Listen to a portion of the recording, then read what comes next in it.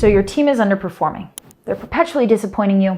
They're coming to you for everything. It feels like they can't think for themselves, they can't solve their own problems, or maybe they just don't care. They're just not trying as hard as you are. Sound familiar? The very good news I have for you is that this isn't random. You didn't just hire a bunch of bad people and now you have to go out, fire everybody, and start again. There are very clear reasons. 9 out of 10 of our clients come to us complaining around team performance. And once we implement the changes that I'm about to break down for you in this video, this is also why we have clients coming back to us 2 to 4 weeks later saying things like, Jhana, I don't even recognize these people. It's like I'm leading an entirely different team. They're working harder, they're proactive, they're bringing ideas to the table, they're solving their own problems. Who are these people and what happened? In this video, I am going to break down exactly why your team is underperforming and how to fix it. So let's get into the common reasons that we see startup teams perpetually underperforming. The first one is due to a lack of clarity. Let me explain. There are 2 types of clarity that your team needs if you want them to perform at their absolute highest level. The first type of clarity they need is strategic clarity. Strategic clarity, meaning where the heck are we going? And how do we intend to get there? Our job as leaders is to have the vision, right? Like right now, if I was to ask you, where do you want your company to be? You could tell me. You have goals, you've got targets, maybe you've got it mapped out exactly how you plan to get your company to that point. But if I was to ask your team the same question, could they tell me? Probably not. When our strategic vision lives in our brain, it's so clear, it's so vibrant, it's so obvious to us that we forget that our team is not a mind reader. They don't know where we're going or how we intend to get there unless we tell them and tell them again and again and again. The reason this is so important for team performance is that no athlete can run a race if we don't tell them where the finish line is. I could put Usain Bolt in the middle of a field and say, hey, run. And he'd be like, cool, run this way or run this way. If your team is perpetually reactive, it feels like they're always waiting on you to come up with the next idea or take the next step or make the next decision. It's not because they can't be proactive. It's because they literally don't know where are we going. And once I understand that, then I can start to contribute ideas around how to run that race. So strategic clarity, do you have it? Have you communicated it to your team? And then very important, have you repeated yourself again and again? Fun fact, it takes the average human being 7 to 12 times of hearing something before it truly starts to sink in. So even if you've told the team, hey, these are the goals, this is where we're going, this is the strategy this year, if you've said it once and then expect them to get it, that is simply not how the human brain works. Our job as leaders is to set the vision and then repeat it again and again and again. And when you are feeling so exhausted and like you have said this a million times, your team is just starting to hear it. So that's the first type of clarity they need, is strategic clarity. The second type of clarity they need is role clarity. So now that I know where we are going, how the business intends to get there, what I need to understand is, how do I contribute to that goal? What does success look like in my role? What is the mini race that I need to run as part of this bigger team? What are the outcomes that I need to take responsibility for? How can I measure that? How can I know whether or not I'm actually doing a good job? And what is my sphere of the business around which to have ideas and make decisions and execute tasks? If I don't know what success looks like, how can I possibly reach it? It's not our team's job to somehow know that. It is our job to define success. Say, here's where we're going, and here's how you help us get there, broken down into measurable targets and KPIs, key performance indicators, that allow us to not just set the finish line, but actually measure our team's performance against it. And this is what's so cool about setting a target. I'll give you an example. When I was in high school, I was a varsity swimmer. And every single Monday, we had the worst workout of the entire week, and we knocked it out first thing on Mondays. Every single Monday, when I walked into the pool, I would see my time from last week's set, last Monday, posted on the wall. Why? Not because my coach wanted to know what my time was, but because he knew that when I walked in and I saw my time on the wall, great, that becomes my time to beat. The thing about A players is that they love to keep score, not necessarily against other people, but against themselves. They want to know that they are getting better. So when we define success, make it measurable, and then put that in front of our team in the form of a job scorecard with clear KPIs and a data dashboard that allows them to see and track their progress towards those targets, what we are giving them is the opportunity to compete against themselves and to measure their own growth while ensuring that they are running in alignment with the larger strategy, the larger business, and the way that their role uniquely contributes to our goals and the money pipeline for the company. So if your team right now is underperforming, it could very simply be because we haven't clearly defined what exactly performance looks like. Performance for the business and performance for each individual role across the business. So that's the first thing that every high performance team needs is clarity. The second thing is coaching. Look at any Olympic athlete. They all have coaches, right? They're at the top of their game. Michael Phelps works with a coach. Why? Because he knows that in order for him to consistently grow and level up, he can't do it alone. None of us can see our own blind spots. We need the support. We need the accountability. We need that expert external to us, supporting us and coaching us on how to get better always. So why would your team be any different? And in business speak, the word for coach is manager. I believe it is the job of management to coach and up-level team performance always. Without fail, when my clients come to me complaining because their team member is underperforming, the very first question I will ask them is, well, have you told them this? And 9 times out of 10, they say nothing. Uncomfortable silence, to which I very gently reply, if they don't know what the gap is, how could you possibly expect them to close it? No one on your team is a mind reader. No one on your team knows this is where they're underperforming. This is how they're underperforming. This is why it's so frustrating to you. They don't know unless you tell them. What is the single most important role a coach does for us? They point out our blind spots. They point out our weaknesses and they support us in helping us grow and get better. If your team is underperforming, I can almost guarantee you it's because you haven't told them specifically how and where they are underperforming. Why? Because it's super uncomfortable. It's uncomfortable to have to provide that feedback to somebody unless we reframe it through the lens of coaching. When Michael Phelps' coach tells him how he could improve his stroke slightly better, of course not. That's his job. And more importantly, that is the single most important act of love and respect and service that he could possibly provide to Michael Phelps. And I see feedback the exact same way. I want my team to grow, to perform, to operate at their highest. And the single greatest act of service that I can give them to support them in that is to point out where they are falling short and where they have opportunity to grow. Your team needs your feedback, not just when things are going wrong, but all the time. Because let's be honest, there's always something that could be better. One of the biggest problems that I see with management is that we wait until there's a problem, a performance gap, an underperformance, before we step in,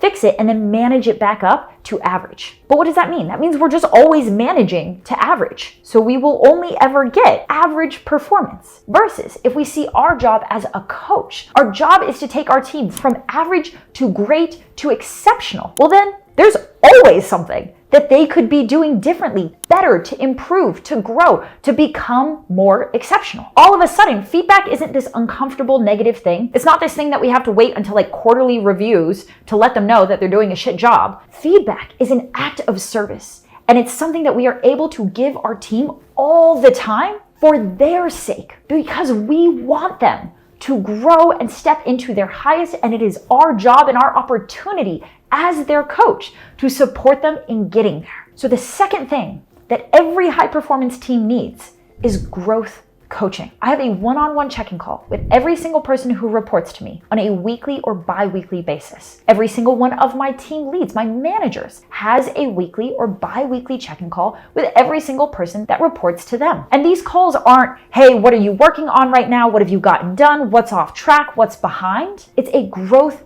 coaching session. How are you doing? What are you struggling with? Where are your opportunities to grow, learn, and up-level next? That thing that we were working on last week, how is it going? I am there to point out their blind spots and then hold them accountable to growing and leveling up into their highest levels of performance. And I do that because I care about them, not because I'm mean or punishing them or pointing out a gap. I am doing it to be their coach. So clarity, coaching, these are things that all top performing teams need. And here's the thing, it takes time. It takes time to set a strategic vision and then over communicate it to our team. It takes time to sit with my team every single week and growth coach them up. Why is it worth my time to do that? Because high performance teams are more profitable. They are more productive. They are more efficient. They are more effective. They get more done in less time with fewer people. And the result of that to your business is profit. So leadership is actually one of the highest leverage skills you can learn to scale your business profitably. And when we work with our clients to go in, level up their leadership, level up their team, all of a sudden they are unlocking all this proactive problem solving, all of these innovative ideas, all this buy-in, all this engagement. All of a sudden, my team is solving their own problems. They're coming to me with less things. I have more time to go out and drive the business and grow it even faster. And my team is getting more done than ever before. And I haven't hired anybody else. The result of all of that is profit. It is money in your pocket. So team is actually one of what we call a hidden profit center inside of your business. Could your team be giving you more? Yes, otherwise you wouldn't still be watching this video, which means that there is profit right now inside of your business leaking out of your company in the form of an underperforming team. Simply by up-leveling our own leadership and our team as a result, we can actually unlock profit for free inside of our business right now. So what me and my team did is we built something that we call the Hidden Profit Finder. It's going to take 10 minutes or less, and it's going to help you diagnose where exactly is profit leaking out of your business and what can you do starting tomorrow to find and reclaim that profit so you can put it back in your pocket where it belongs. So if you want that, it's an entirely free tool. The link is in the description. It is my gift from me to you. By the end of this video, you're going to be a better leader. You're going to have a higher performing team. But that is only one place where profit is currently leaking out of your business. Okay, so now we understand high performance team equals profit. And in order for us to get the highest performance team possible, we need to deliver clarity, we need to deliver coaching. What else is going on right now that is making your team underperform? And what do you need to do about it? I'm gonna put this very simply and then I'm gonna explain it. Right now, your team is not giving you their very best simply because they don't want to. They don't want to, but that's not their fault. It's actually yours. So when we look at team building, there's two types of motivation. There's extrinsic motivation, and then there's intrinsic motivation. Extrinsic motivation is like carrots and sticks. That's things that we put outside of our team, external to them, to try to motivate them, right? So that's things like pay raises and promotions and job titles. It's carrots, it's sticks. It's how we try and incentivize our team to give a damn and work hard and do a good job. But what's interesting is that statistically, extrinsic motivators don't actually work that well. Extrinsic motivation is not nearly as effective as what's called intrinsic motivation. Intrinsic motivation is I want to do better because I want to.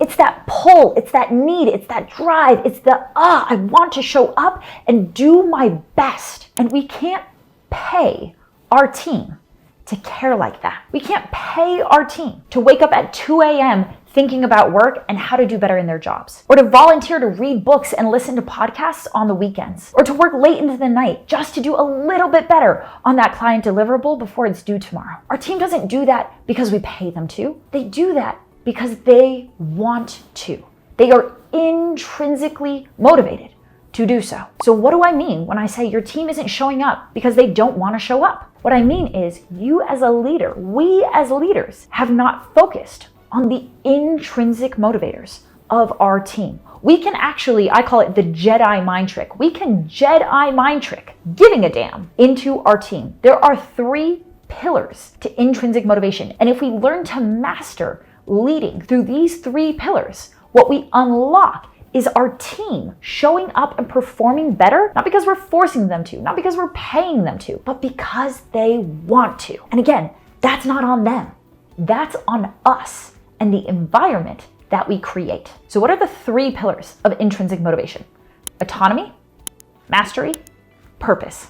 Really quickly. Autonomy, that's the intrinsic motivation that comes from agency. Feeling like you can make your own choices, like you have room to be creative, like you have room to come up with your own ideas, make your own decisions, set your own schedule. High autonomy environments are deeply motivating. On the flip side, when we diminish autonomy, when we force our team to show up at 9 and stay and pretend like they're busy until 5, when we screen record our team, and so we micro-tracking everything that they do, when we mandate how much time our team can take off or when they can take off time, when we force our team to show up and work in an office, all of these things diminish autonomy. And that's really demotivating, which is why we heard these stories of everybody quitting when their bosses tried to make them come back into the office after the pandemic. People want the ability to choose. And when you give them choice, not just over their working environment and their vacations and their working hours, when you give them autonomy to choose within their role, to come up with their own ideas, to be creative, to be innovative, to figure out for themselves, okay, now that I have clarity around what my job is and what KPIs I need to hit, I now have the autonomy to figure out how am I going to get there. When we don't micromanage and tell our team exactly what to do every day, we unlock autonomy, we unlock intrinsic motivation. So autonomy, that's number 1. Number 2 is mastery. And we already talked about this too with the growth coaching. Mastery is the intrinsic drive that everyone has when it comes to growing and getting better. People want to progress. They want to do good work. They want to feel challenged. They want to feel like they are growing and there's room for growth within their organization. Our job as leaders is to provide that, not just in our weekly sit downs where we're asking them, hey, how are you doing? Where are you growing? What are you working on next? But growth within their careers and growth within their skill sets. Hey, tell me where you want to be a year from now. Tell me how much money you want to be making. Tell me what new skills you want to have unlocked. Tell me what job title you're gunning for. Tell me what personal goals you're driving towards, what personally motivates you outside of work. Our job as leaders is to understand that so that we can build a pathway for our team to grow with and within the organization. Because by taking the time to do that, what do? We unlock our team's intrinsic drive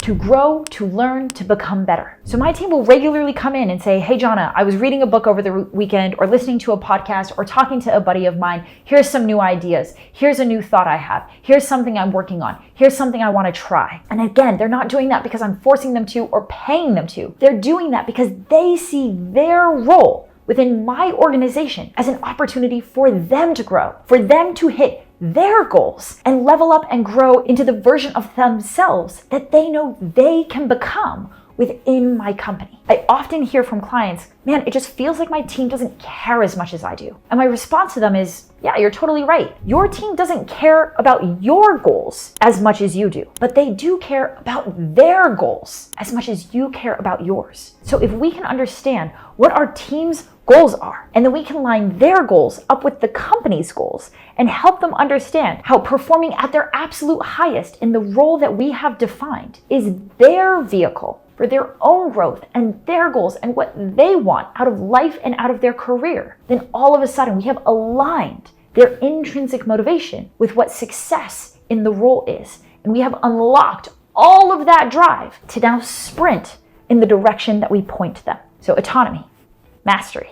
And the third core pillar is purpose. Purpose is what comes from feeling like your work is meaningful, like it has impact, like it matters, like you're a part of something bigger than yourself, like you're part of a team that sees you and values you and cares about you. Human beings are deeply motivated by purpose.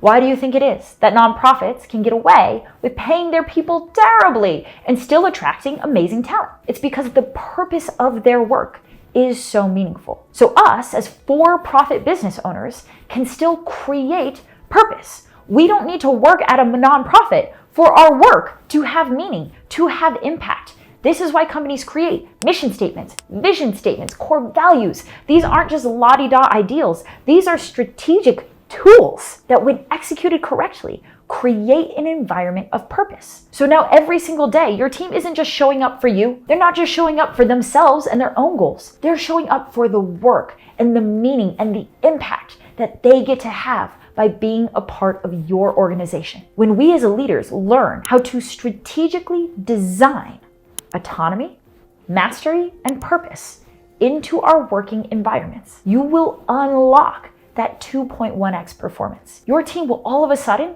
start to show up, work so much harder, have so many more ideas, be so much more engaged, bought in, work harder, be more motivated. Again, not because you're paying them more, but because they want to. And the truth is that they were always capable of that. Like when my clients come back to me and they're like, Jhana, who are these people? I don't even recognize my team anymore. My response is, this is always who they were. This human potential, it was in them all along. We just weren't inviting it to the table. And from a business perspective, how inefficient is that? Human potential is like this giant pile of gold, and we're just like stuffing it under the mattress.